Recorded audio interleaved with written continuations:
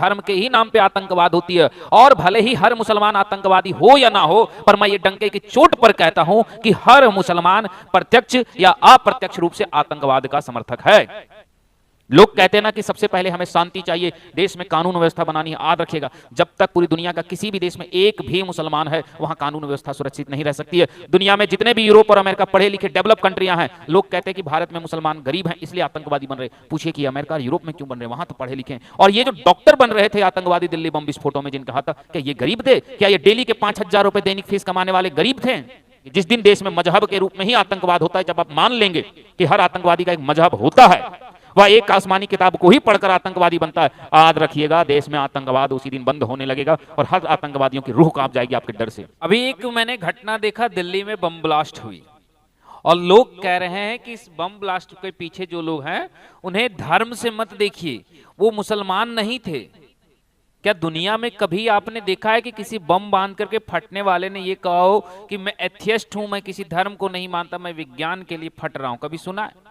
किसी ने बम बांध करके इसलिए फट गया कि मुझे मैथ प्रिय है, मैं फट रहा हूं, तुम लोग विज्ञान में बायोलॉजी पढ़ते हो, मैं मैथ का टीचर हूं इसलिए बम लेके फट रहा हूं? कभी सुना है? कभी नहीं सुने होंगे।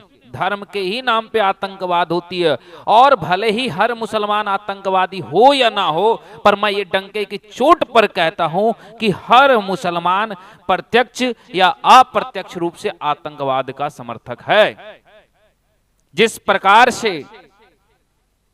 प्रकार से बिजली की तार, जब बिजली दौड़ती है तो हम ये कह सकते हैं कि बिजली की तार जब दौड़ रही है तो जहां बिजली कटी हुई है वहीं से बिजली लगेगी हमें, लेकिन इसका ये अर्थ नहीं है कि पूरे तार में बिजली नहीं दौड़ रही, बस जहां कट रही है वहीं दौड़ रही है। आंखों को खोल कर देखिए।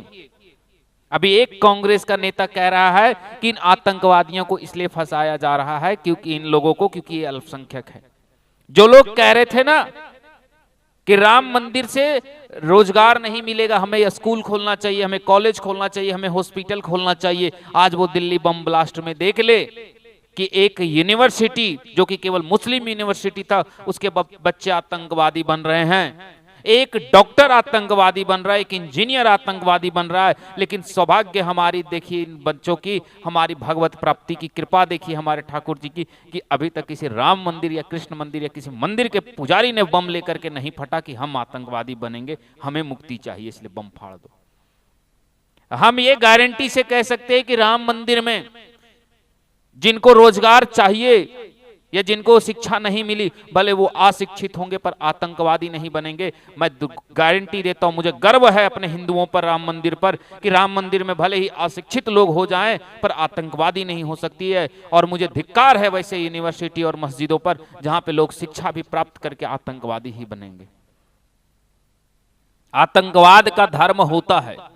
अब कुछ लोग कहते हैं कि इस बम के विस्फोट के पीछे कई हिंदू लोगों का भी हाथ है। बिल्कुल है, पर कोई हिंदू बता दीजिए जिसने इसके डिफेंस में आया हो कि हाँ इसे छोड़ दीजिए, इसे हिंदू है।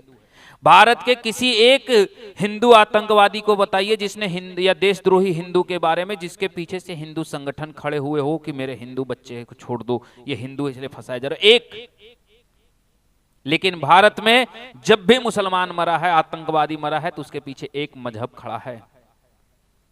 दुनिया में हर देश, मुस्लिम देशों में बैन, जमाते उलेमा जैसा आतंकवादी संगठन भारत में कट्टरपंथी के जैसा काम कर रहा है।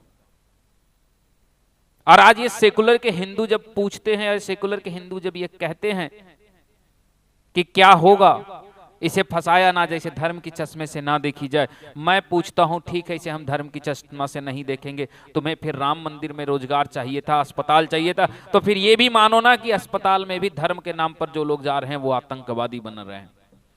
भारत में दो यूनिवर्सिटियां हैं, एक बनारस हिंदू यूनिवर्सिटी और एक अलीगढ़ मुस्लिम यूनिवर्सिटी। एक हिंदुओं के द्वारा स्थापित, हिंदू ब्राह्मण के द्वारा चलाया गया जिसे आप मनुवादी कहते हैं, और एक मुसलमान मौलाना के द्वारा चलाया गया अलीगढ़ मुस्लिम यूनिवर्सिटी। भारत के जितने भी आतंकवादी घटना है उन सब के पीछे अलीगढ़ मुस्लिम यूनिवर्सिटी का हाथ हो या ना हो, पर समर्थन में हाथ जरूर खड़ा होता है। लेकिन एक आतंकवादी या देशद्रोही गतिविधि बताइए जहां भारतीय बनारस हिंदू यूनिवर्सिटी ने हाथ बढ़ाया हो समर्थन में? कभी नहीं। हाँ, हिंदू अपराधी हो सकता है, एक हिंदू दोषी हो सकता है, पर हिंदू समाज दोषी नहीं हो सकता है। लेकिन मैं ये डंके की चोट पर कह सकता हूं कि मुसलमान में एक आतंकवादी होगा, समाज नहीं होगा, पर समाज उसके पीछे जरूर खड़ा जरूर होगा। आप ये एक चीज याद रखिएगा कि दुनिया को अगर शांति चाहिए, जिस देश में एक भी मुसलमान है उस देश में कभी शांति नहीं हो सकती है।